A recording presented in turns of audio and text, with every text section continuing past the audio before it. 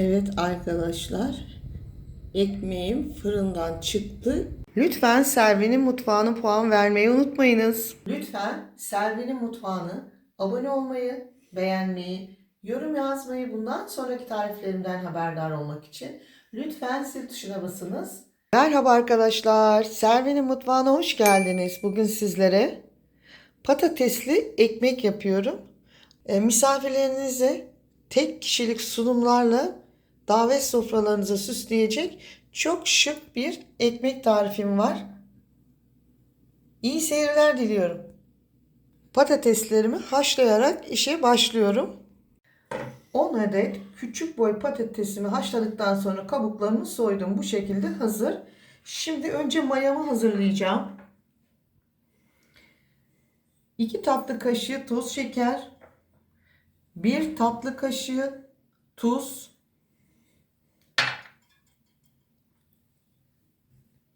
10 gram kuru maya, 1 bardak sütümü ilave ediyorum. Sütüm ılık olacak. Sıcak değil, soğuk değil. Şimdi bu kenarda bu şekilde karıştırıyorum ve mayamın erimesini bekliyorum. O arada patatesimle sütümü blender yapacağım. Bu hazır. Bu kenarda bir beklesin. Şimdi haşlamış olduğum patatesin üzerine 200 milimden 3 su bardağı süt bırakıyorum ve blender yapacağım. Arkadaşlar eğer süt kullanmak istemezseniz su da koyabilirsiniz. Fakat sütle patates pamuk gibi bir kıvam oluyor. Önerim sütle.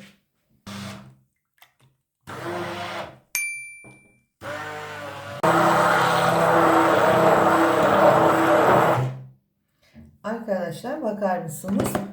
Bu şekilde kıvam. Patatesli süt, bu muhteşem kıvam oldu.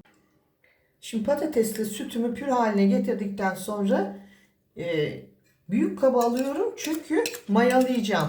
Çok güzel bir kıvam oldu, bakar mısınız? Şimdi bir çay bardağı 100 mililitre zeytinyağı ilave ediyorum. Ayçiçek yağı da ilave edebilirsiniz. Onu da bir güzel karıştırdıktan sonra yağını patatese yediriyorum. 2 su bardağı unum var. 3. su bardağı unumu ilave ediyorum ve eliyorum. Bu unu eledikten sonra mayalama işlemi olacak. Direkt patatesin üzerine dökmeyin mayalama işleminizi. Şimdi hazır. Bakın. Sütle birlikte mayam ne kadar güzel kendine geldi. Bir ön mayalama gibi oluyor. Çok güzel oluyor. Bu şekilde yaparsanız eğer. Şimdi mayamı unun üzerine boşaltıyorum. Ve hepsini birlikte karıştırıyorum. 2 su bardağı un da ilave ediyorum. 5 su bardağı şu ana kadar koymuş olduğum un. Onu da eliyorum. Patatesinizin büyüklüğü ve küçüklüğüne göre içine girecek un miktarını siz ayarlayacaksınız. Ve ben size son kıvamı göstereceğim. Bakın bu hala çok sıvı. 2 bardak un daha ilave ediyorum. Toplamda kullandığım un miktarı 7 su bardağı. Hepsini birlikte güzelce karıştırıyorum. Şu anda ılık süt kullandığım için hamurum biraz ılık. Soğumadan hemen sarıp paket yapacağım. Arkadaşlar kıvam bu, bakın. Yani katı bir hamur değil, yumuşak bir hamur.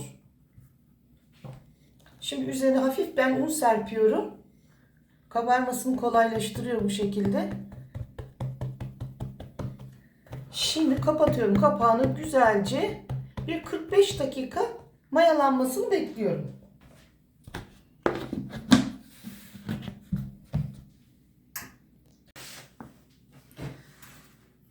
Tam 1 saat oldu arkadaşlar. İşim vardı.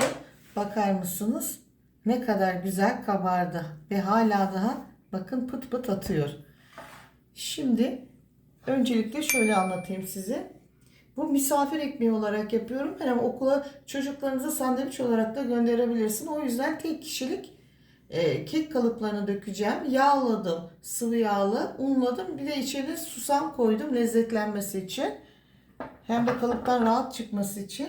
Daha sonra şöyle sıvı yağımı alıyorum. Elimin her yerine güzelce. Çünkü ben yumuşak, çok yumuşak bir hamur yaptım. Ekmeğimin yumuşak olması için ellerimi güzelce yağlıyorum. Hazırlamış olduğum kalıba şöyle birazcık havasını alarak, bakın tam buraya kadar çıktı, tam 2 katına çıktı, hatta geçti. Biraz havasını alıyorum ve başlıyorum şu şekilde. Çünkü bu çok yumuşak hamur, bakın lokma hamuru gibi. Şöyle yapıyorum. Bu kadar. Tek tek bu şekilde, şu şekilde avucumla aldım hamurumu, bakın.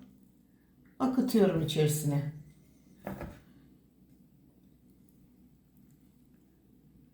Önceden ısıtılmış fanlı fırında üzeri kızarana kadar pişireceğim.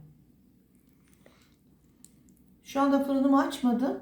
Çünkü tepsi mayası gerekiyor, bir 10 dakika. Hepsini yerleştirdikten sonra fırınımı açıyorum. O arada da tepsi mayası oluyor. Bu şekilde bakın, kolaycık. Çünkü hamurum çok sıvı yaptım ki ekmeğimiz çok yumuşak olması için. Hepsini yerleştiriyorum bu şekilde. Vermiş olduğum ölçüden 24 adet ekmeğimiz çıktı. Üzerlerini şöyle susamlıyoruz.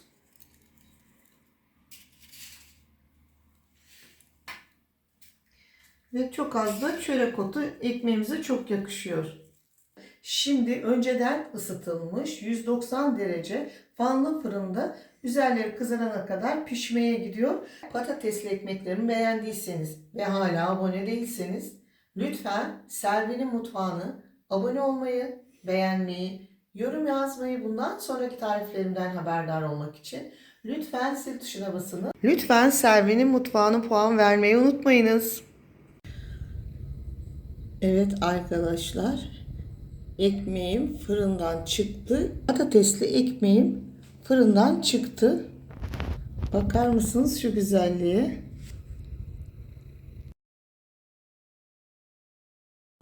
Şimdi ikinci tepsim pişiyor. Videomu izlediğiniz için çok teşekkür ederim.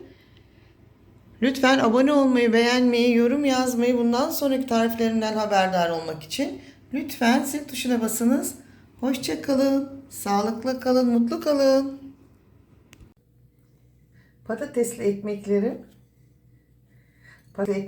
Bakın ne kadar güzel pufitik oldu. Yumuşacık. Şimdi şöyle bakın. İç dokusunu size göstermek istiyorum. Şu üst kısmı, alt kısmı yağladığım için çok kolay çıktı. Bakar mısınız arkadaşlar içinin iç dokusuna? Aynı bir sünger. Patatesli ekmeğimi sizlere öneriyorum. İzleyen, deneyen herkese afiyet olsun.